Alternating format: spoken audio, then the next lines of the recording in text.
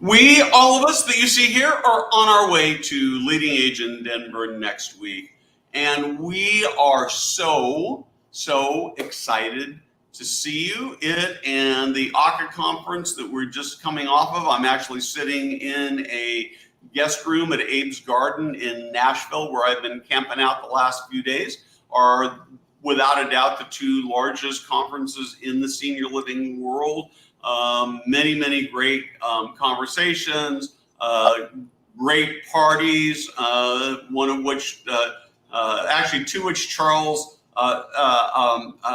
helped and KARE helped sponsor, one of them which we couldn't get through the front door, which is a great story. But this is really our tech segment. These are partners who are doing amazing things with technology. And the way we're going to start is we're going to just kind of have each person come on and talk for a couple minutes. And I've asked them to talk a little bit about the big problem that they solve, why they're better, and then what their solution is. And Akshita, let's actually start with you. Awesome. Well, thanks so much for having us, all of us on this call. At OHM, we are solving really for one of the last remaining safety concerns in the home today. So unattended cooking is the leading cause of house fires. Causes over $1 billion in property damage every year, and actually realized that because my own mom left the stove on one too many times and started a kitchen fire.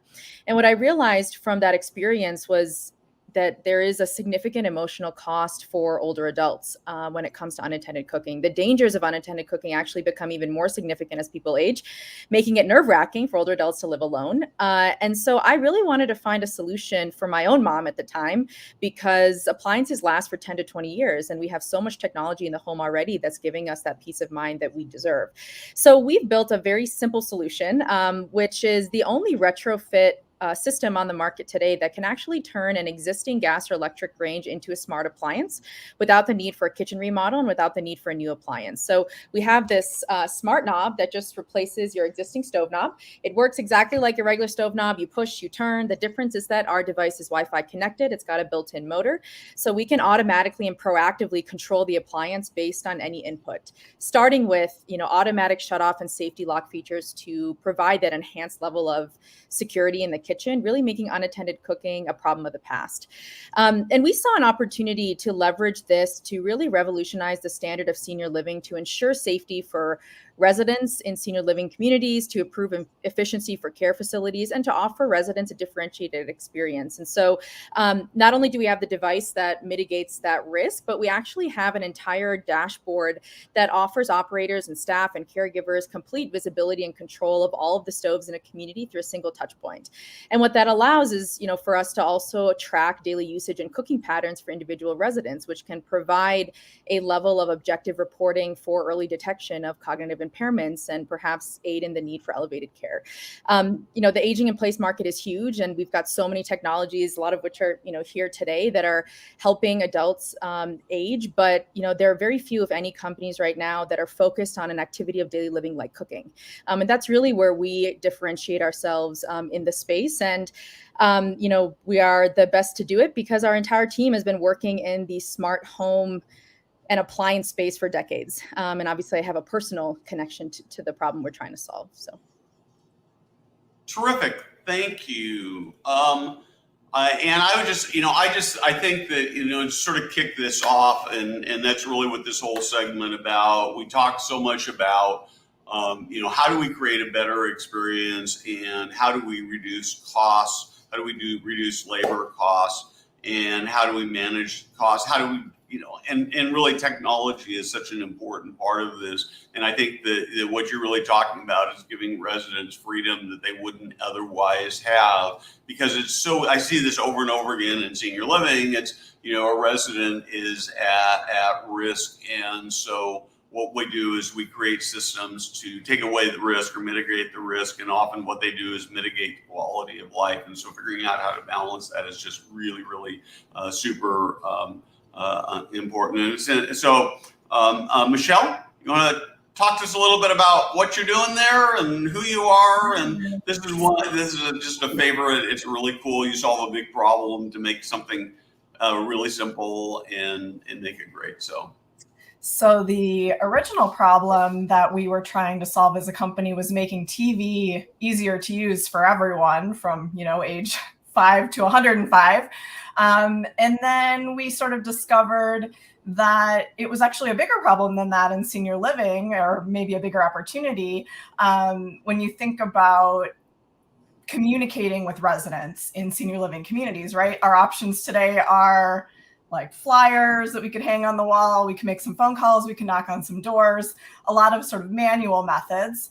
Otherwise, we have sort of tablet and smartphone ways of doing things, but that can be hard to use for older adults, sort of complicated. There's resistance to learning a new technology. So what we've actually done is created an interactive TV-based system for video calling and communication. So residents can use our simple voice remote to answer video calls, respond to a check-in message. Staff can send an announcement to the whole community to let them know that there's a tornado in the area and they should stay in their room. So now with the press of a button, staff can send that message out to the whole community and their TVs.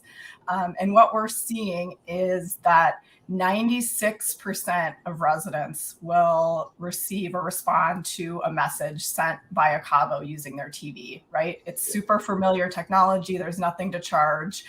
It's already in their room, and in many cases, it's already on. But if it's not on, we can actually turn the TV on, which is another sort of patented technology that we've got that really differentiates us from anything else that's out there in the market right now.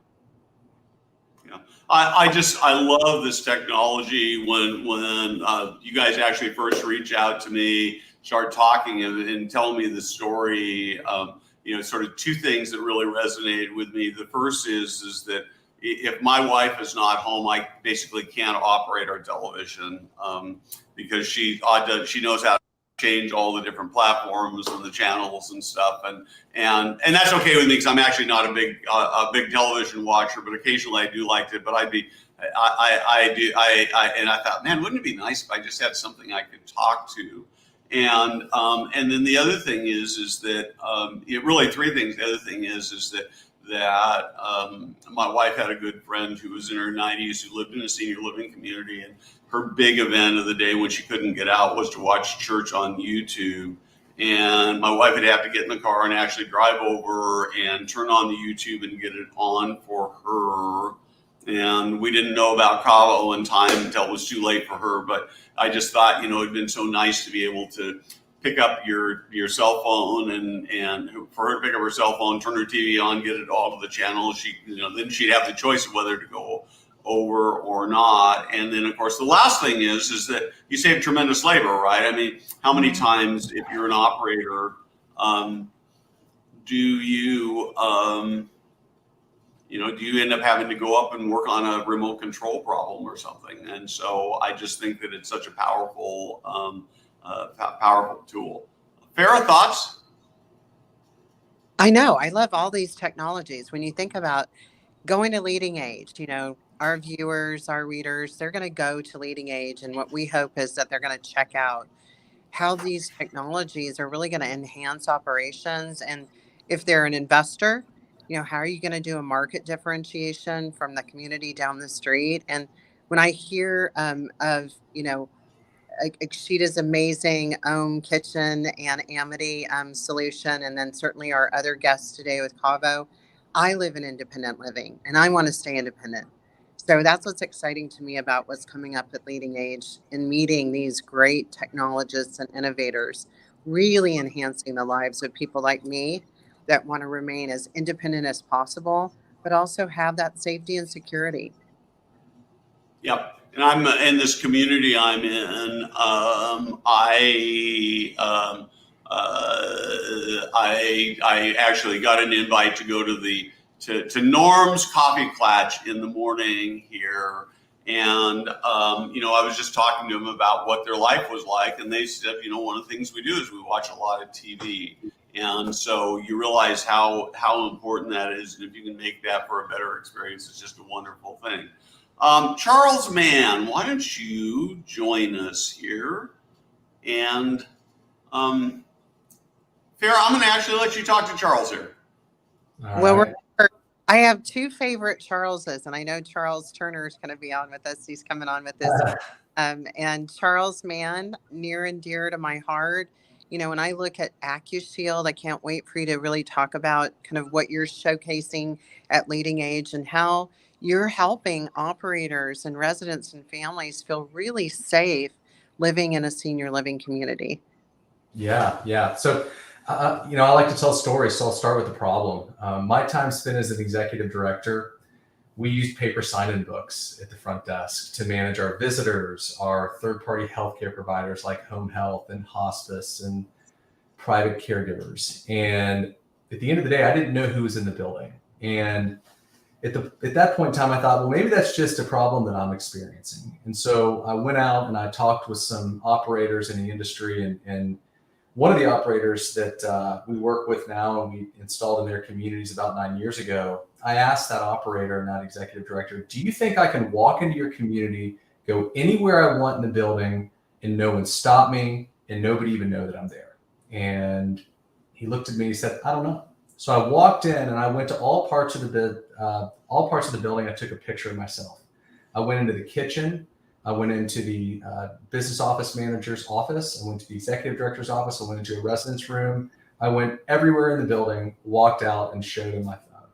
And that is the problem that we solve every day. We help operators know who's in the building by streamlining the processes at the front desk, i.e. visitor management. Very simple. Replace the paper sign-in books with a digital tablet, and you know who's in the building in real time. If you have an evacuation, it's all in real time. And so at the end of the day, if you boil it all down, we do a lot of other things, but what we really focus on is helping operators know who's in the building. Yeah, and it's easy to use, and it gives you data about who's in your building, and it's such a powerful tool. The one thing I actually do want to mention, because marketing is sort of near and dear to my heart, is you have one other thing that I think is pretty cool that about the reputation thing. I'd actually like to have you talk about that for a minute, if you would. I would love to, and that's certainly a feature of what we do. And one of the ways that you can use the Accushield kiosk is to help increase online Google reviews as a number one. So imagine this: a visitor signs in, they go and they see a resident in the building, and as they sign out, the kiosks ask them how their visit was. And usually there is 5 different smiley faces, well, smiles all the way to frowns. And depending upon which one you press, actually all of them will send you to a Google review where you're able to leave a review. And we've had a lot of success with that with communities. We had a ton of people come by our booth at the Incal show with success stories. On average, what we're saying is that generally if someone starts using what we call Reputation Accelerator or our online review accelerator, you're getting somewhere between 5 and 10 good new online reviews per month. That's our goal. And we've stayed to that in pretty much all of the 700-ish communities now that are using that feature. So it's really interesting, Charles. We had, we are big believers in reviews, and we've been like the shoemaker's children. We haven't done a very good job of that with ourselves. But just today, we posted a video that somebody graciously did for us as a positive review. So you can see it on LinkedIn. And to give you a sense of the power, I've seen the number of, you think of it as little numbers, right? But they really add up, and for like the first 2 hours, I've seen the number of followers on our company page like jump by 25 or something like that. Yeah. And so it is really such an important thing to do. I just think it's really, really cool. Charles Turner, are you set? There he is. Your mic is muted. There we go. Oh, there we go. Unmute. Can you hear me? Yes, we can. Yeah, talk a little bit louder, it'll be better. All right. Well, I'll try as loud as I can. Hope this helped. This is, the 5 smiley faces that Charles was talking about. This would be like a 4 out of 5. He didn't talk about his dolphins. He always talks about dolphins. Won't shut up about his dolphins. But I want to hear more about that. He didn't do that. Anyway, what's the question? Orange juice. So I really have two questions for you, and you're still pretty soft on your boys, and maybe that's a function of your party. I know that I ran into Cheryl yesterday, and she couldn't talk above a whisper. So, but really, the question for you is this: what problem do you solve, and why do you solve it? How do you solve it better than anybody else? And of course, how do you do that? Yeah. I'm poking around all the buttons. I don't know if this sounds any better or not, if I'm still too quiet. See if Fara can hear me. Maybe it's you, Steve. So what problem we do better than everybody else? The world's changing. The gig economy is here to stay. But we believe as recovering operators that we can actually embrace that. So, KARE is a platform where we have multiple tens of thousands of nurses and caregivers on our platform that are pre-qualified, completely vetted, but it allows operators to have access to that care force without having to go through a staffing agency, without having to pay staffing agency fees. They can hire folks, for free off our platform if they want. They get to control who comes to their front door. So it's a much more simple and elegant solution where it connects caregivers with the operators themselves without having to go through a third-party operator. So it's, our customers are finding it to be much more cost-effective solution to solving the labor challenge, and also helps not only with cost but improve their quality because they get to choose who comes to their front door. We're talking about reviews. Every hero on our platform has a 5-star review. Not only a review, but they actually have it's called a reliability score, which actually measures and predicts how reliable someone's going to be. And so operators can make choices of who comes to their front door based on those metrics. And we find that the people that, are heroes, when they get reviews, it actually helps them sort of level up their performance because they know they can get more shifts, make more money, the better performance that they have. So a couple of things I want to talk about with you. The first is that one of the things I found fascinating walking the trade show at the AKRE conference the last 3 days is I don't think I've ever seen more staffing agencies with booths at this conference, at any conference that I have at this one. And it just tells you how big a problem it is these companies, they were out there and they've grown massively and they're continuing trying to grow and differentiate, but they're all really kind of the same, except that what you're doing is very differently. But the other thing, and this is probably more interesting to many of our audience, is yesterday I was talking to a operator who does not use you. And so I was asking if they knew about you, because I know they're using some agency staff. And and so one of the responses they had was, well, that sort of sounds pretty good, but what in their mind was, well, if it's less expensive, then maybe the quality of the caregivers is not as good. And so can you just talk about, is the reason you can do it less expensively is because your caregivers aren't as good? I know the answer to that, but I wanted you to respond to that, so. Well, so you cut out the last 30 seconds.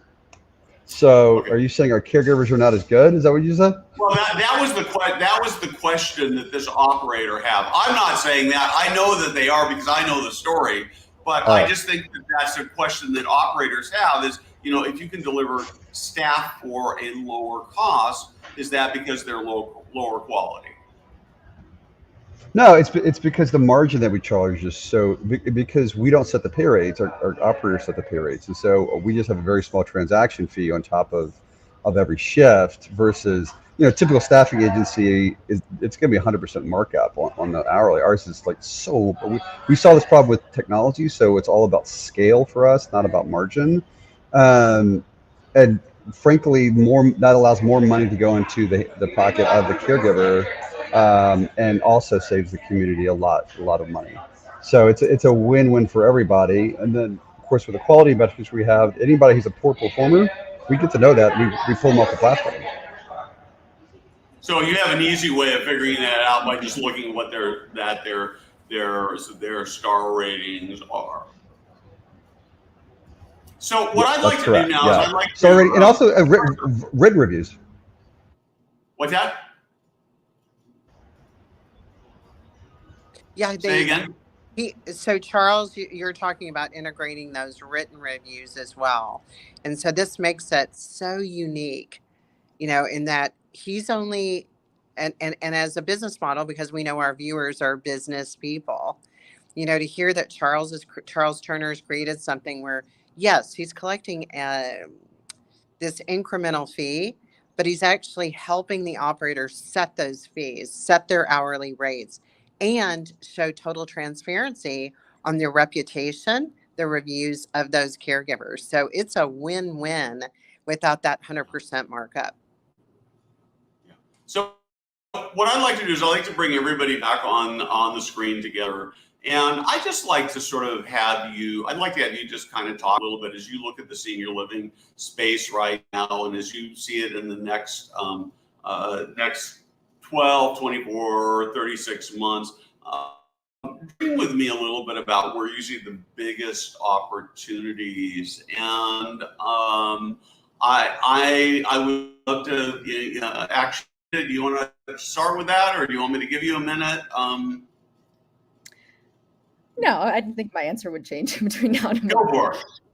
So, I mean, I think for us, kind of coming in new to the industry, I think a big opportunity we see is being able to understand and unlock the insights behind, the appliances that we use every day. And especially for older adults, there are a lot of health and wellness implications, right? I mean, activities of daily living like cooking have been proven to, defy aging, help with mental acuity, promote emotional, physical, and cognitive health. And, studies show that, cooking can reduce the risk of dementia by 35%. But, we can't really act on those, and we can't help caregivers and operators to act on them unless we're giving them some kind of information about the people that they're taking care of. And so I think outside of, of course, mitigating the risk of a kitchen fire and making sure that unattended cooking is no longer a problem for anybody, beyond that, it's, well, then what can we learn about what people are doing in their homes to then better help them live a more fulfilled life. And the longer that we can prolong, being able to cook and giving older adults or helping older adults maintain that independence, the more longevity and meaning we can put back into the years that they have left. And so I think that's the big opportunity we see. Cool. So both Charleses have been operators, and Charles Turner, I'm actually going to come back to you first. As you sort of look at the industry and where we're going, what are you seeing? What are you optimistic about? I think 2022 has been kind of a year of differentiation between operators. I think that is only going to continue, between costs going up, between capital market sophistication increasing and scrutiny increasing. And then, of course, we obviously play the labor markets. That's such a huge deal. There are going to be operators that understand how to embrace sort of a new economy in terms of flexible staffing and in terms of how they manage their back office, how they become more sophisticated. We're starting to see our industry, which has traditionally been kind of behind the times in terms of technology, innovation, process innovation, efficiency, having to level up. We're having so many factors, so many stressors put on our industry that we think, oh my gosh, like we just can't make the margins that we used to because, we can't attack the middle market and costs are so high and all this other stuff, and labor is such a problem, where we're already starting to unlock a lot of ways to improve operational efficiencies and to improve, massive cost reductions by looking at the world the way, frankly, other industries have been doing it for 20 some odd years. So you're starting to see some operators like figure this stuff out. But the pessimistic side, I'm seeing people like, we're just going to try to out hustle the guy, the other company down the street, and unfortunately, it doesn't work that way. We're going to have to actually think a completely different way of working. And those that I think they're just going to work harder doing the exact same thing just aren't going to make it in the long run. Charles Mann? Yeah, and I'll go on record here. Charles Turner was one of my first customers that bought off on this crazy idea, Accushield. So just want to give a little shout out there. I think having been in the industry most of my life, having a dad that was a developer and operator, assisted living looks a lot different than it used to. Independent living now looks a lot more like assisted living did in the past. And assisted living is starting to look a lot like skilled nursing, really. And as we continue to move forward in an environment where residents age in place, assisted living is going to become a lot more clinical. And you're going to have to put those technologies in place if you're going to be able to track that. And one of the things that we do that sort of helps with tracking that clinical side is, all communities know what their staff members are doing with residents, or what care they're providing to residents. But what about the home health provider? What about the hospice provider? What about that self-employed private caregiver that comes and goes? Using the Accushield system, you are able to provide that missing link or that missing part of that care conversation. And so I think as we continue to move in this direction, residents that live in assisted living, they're going to want to stay in assisted living. Those providers are going to want to keep them in assisted living. They're not going to want to go to skilled nursing at this point. And so that's what you're going to have to start to see is a more clinical environment in moving in that direction as an industry. So that's what we're doing on our end, is trying to help meet that need. And it's been a lot of fun. Yeah, well, what's really interesting to me about what you say is that, well, I agree 100% that it's starting to look more and more clinical, and I think at the same time, what I'm seeing, and this really plays into what Akshita is talking about, what Michelle's talking about, and we'll get to you in just a second, Michelle, is that I see a growing recognition that that life enrichment has got a lot of room for improvement. It's the area for me that still seems like so much of the lowest hanging fruit, because when you think about it, I mean, the care stuff you can ultimately get. You can get at home. You could get even meals delivered at home. But the one thing that you can't get any place but in a senior living community is this enhanced life and all this data. There's all this data out there about how that loneliness is sort of the equivalent of smoking for older people, is the equivalent of smoking 3 packs of cigarettes a day. And yet it tends to still be our lowest budget item in everything that we do. And so I think that's an area that we'll see there. And and for both Accushield and talking about the technology, I think the technology is a way to be able to use that technology to do things that technology can do, so humans can go do the stuff that only humans can do. So Michelle, as you're looking at the industry, and you guys are relatively newcomers to the industry as well, what are you seeing? What excites you? And maybe I should ask you, as sort of an outsider, what sort of makes you bang your head against the wall? Nothing. It's been 100% amazing. Well, you know what? Charles Turner mentioned differentiation. And I feel like I'm seeing this, like there's this tremendous desire to use technology to differentiate, but it's like meshing that with, there's also not a lot of capacity to like add overhead when we're implementing a new technology, right? So we've been thinking so much about how do we give providers and residents a technology tool without adding, that can save time and make them more efficient, right? And make residents more connected without adding overhead for staff.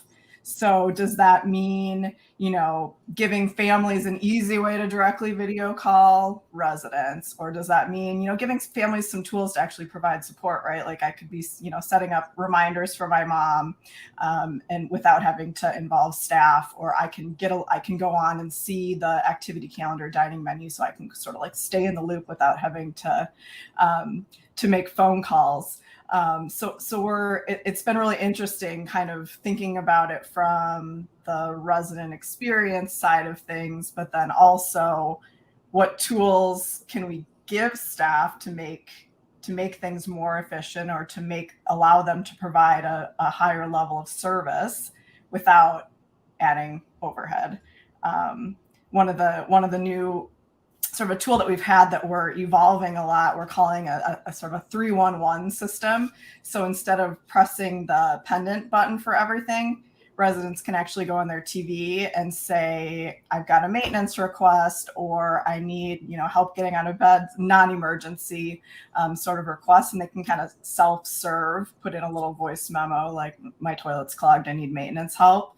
And then that'll automatically funnel to the community, gives them visibility into what's happening instead of a pendant press. So I gotta run and go in blind to the room because I don't know what's happening. I know that it's a maintenance request. I can shift my resources, right? I don't need to send a nurse immediately if it's a light bulb change. So I can send the maintenance person in 2 hours versus having to send a nurse to go right away. But the trick is sort of making that experience seamless for both the residents and the staff people. So Fara, I just think that this continues to be the big opportunity, right, that we face in senior living, is how do we really embrace technology? And what I love about what you guys are all doing is you've created solutions that are really easy to implement. Because I was I don't remember what the company was, some company I was talking to on the trade show floor, and they were telling me about this great solution that they had that, it kind of seemed interesting, frankly. But when I started talking to them, the amount of staff time that it would take, and that doesn't even talk about the dollars, right? It was just overwhelming. And I just, what I see you, all four of you doing is really spending time thinking about how does it actually make buildings run more efficiently. So Fara, I actually want to talk to you a little bit. I mean, what do you see as somebody who's a resident? What are you loving, and where do you see opportunities when it comes to technology? Oh, thank you, Steve. I mean, again, every single leader here on this call is talking about how to help the operators help residents stay as independent as possible. Because as Charles Mann indicated, I'm seeing it as well. I live in a very nice boutique independent living community, but it's an equal housing opportunity, right? You still have to allow people to move in. And how do we serve an independent and active adult? And we're going to have those leaders coming in at LeadingAge to ask those questions. How do we keep people independent when they have mobility challenges, or as Charles Mann indicated, may have home health care coming in, or they may have hearing and visual impairment, but they're still in independent living, or they're still an active adult. So integrating these types of technologies is only going to help investors, operators, first of all, capture market share to increase the occupancy, but really fulfill the commitment, like me as a resident, to see fellow residents, including myself, be as independent as possible. Because as Akshita talked about, I whipped up a baba ganoush yesterday. A resident had a garden. Her son's garden brought 2 eggplants in. I roasted them, and I recognized I hadn't really cooked this more elaborate meal. And everyone that participated in it had a great experience. And it's an example of helping me maintain my independence, but it was through this sort of integrated communication that I had with the other residents, and using that technology to also keep me safe, because I did over roast my eggplant. I hate it when I over roast my eggplant. So Charles Turner, where do we find you at LeadingAge next week? I wish you could say that I was going to be subtle, but I mean, this is week 2 of oranging out conferences. So if you miss us, it means you're probably colorblind. We are having a bunch of fun events that we can get everybody hooked up on. Don't ask for details, I can't remember off the top of my head, but it should be a ton of fun. And I know Union Station's one of them, and we're working with Jack York and Tailgate. So on Tuesday, if you haven't signed up for Jack's Tailgate launch, you should definitely do that. It's going to be a blast. Well, we will be everywhere. I think we're sponsoring the keynote again, doing a bunch of big orange obnoxious signs everywhere. You can't miss us.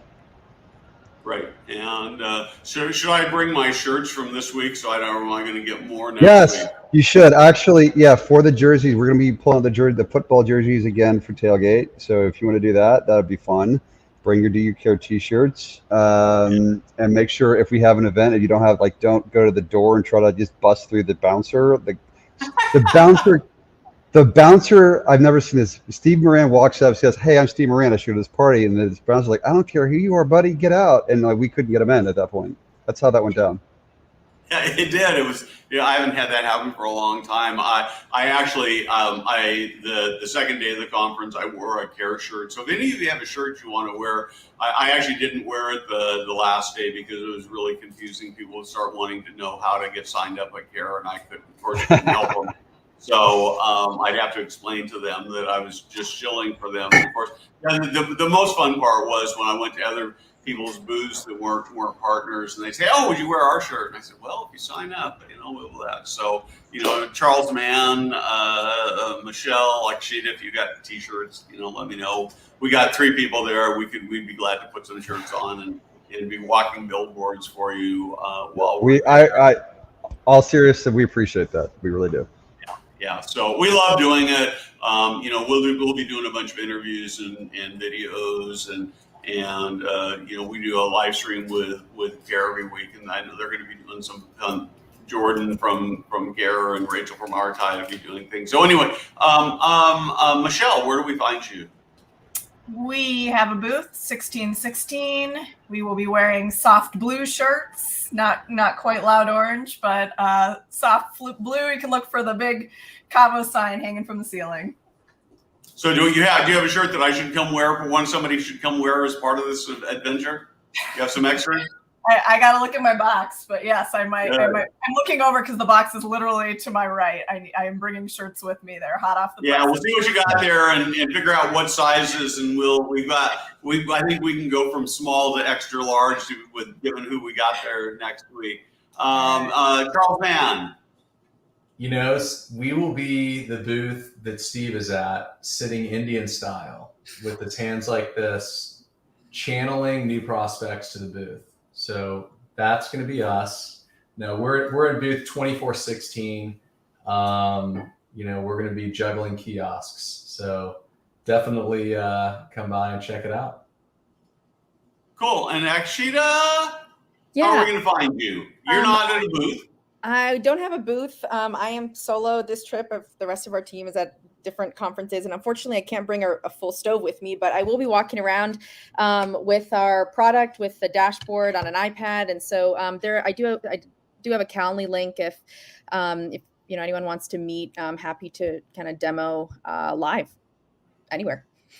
Cool. I'm really excited about seeing you guys all there. The one thing I want to say is that I just, sometimes as I talk to operators, they sort of express frustration with the vendor community. And my response to them is, tell me how you're going to do business, how you're going to run your business without your business partners, because of course it can't be done. And as you guys all know, and probably most of you watching this know, we're actually very selective of who we work with. There are a number of companies that we have started down the path with and decided they didn't fit with our mission of making the world for the people who live and work in senior living better. That's what you guys are doing. You create value for operators. You take good care of your teams, and I just, it just warms my heart to know that we get to partner with you to make the world a better place, particularly for those who work in senior living. But really, when we do that, we make the world a better place for everybody. And so very, very honored to be working with you. I know a couple of you guys, that I've seen this week, and I'll get to see you again next week, and a bunch of new people I'll get to see, and Michelle and Akshita, who weren't here this week. I can hardly wait to see you guys and catch up. And so thank you very much for what you do from the bottom of my heart. You're changing the industry just with your products. You're changing the industry by supporting us. And I look forward to seeing you all next week. Any last words? You get 30 seconds if you want. Gone. Thank you very much. Thank you for watching. If you guys just stay on for just a second after I go off the air.